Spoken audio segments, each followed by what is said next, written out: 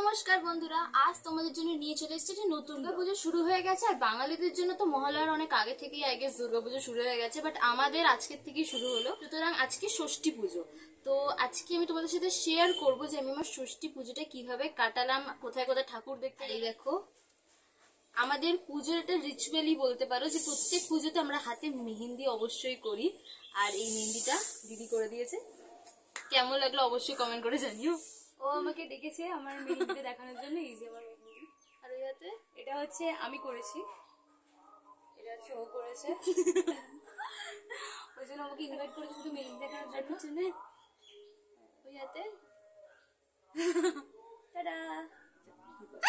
তো চলো শুরু করা যাক, কিন্তু তার আগে একটা ছোট্ট প্রিভিউ হয়ে যাক।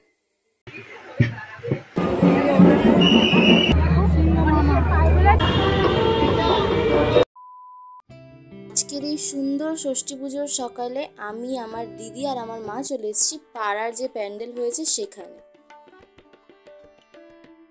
ষষ্ঠী পুজো কমপ্লিট করে এখন বাড়িতে চলে এসেছি, কারণ বাড়িতে এখন রান্না বান্না করতে হবে। আজকে যেহেতু ষষ্ঠী, তাই জন্য কোনো ভাত খাওয়া যাবে না, মানে অ্যাটলিস্ট একবেলা তো খাওয়াই যাবে না। তাই জন্য আজকের মেনু হচ্ছে লুচি, আলুর তরকারি, বেগুন ভাজা।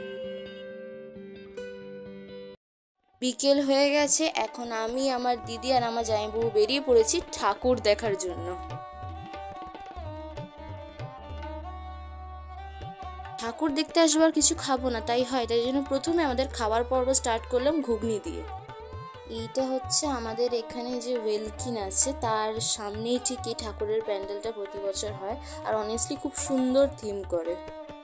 আর থিমও না, যে মূর্তিটা হয় মায়ের, সেই মূর্তিটাও খুব সুন্দর মিষ্টি হয়েছে এবছরও, আর আগেও, মানে ওদের প্যান্ডেল মূর্তি সবই ভালো।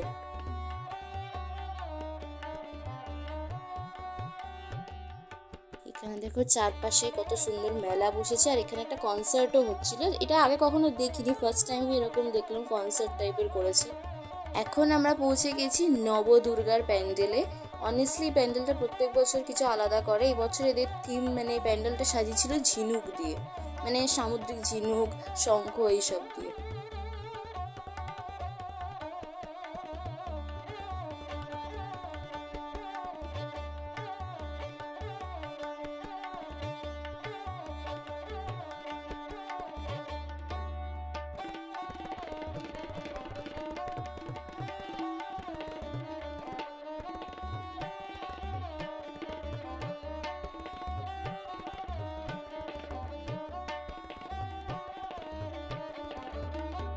এখন আমরা পৌঁছে গেছি পঞ্চদুর্গার প্যান্ডেলে। অনেস্টলি এখানকার প্যান্ডেল আর মূর্তিও খুব ভালো ছিল, মায়ের মুখও খুব সুন্দর আর মিষ্টি ছিল।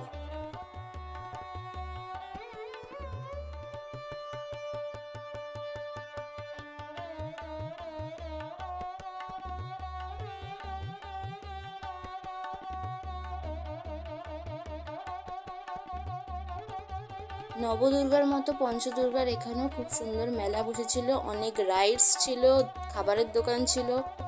আর আমি আমার দিদি জামাইবাবুর সাথে বেরোবো, আর কিছু কিনবো না, এটা তো ইম্পসিবল, তাই এই বেলুনটা কিনে নিলাম।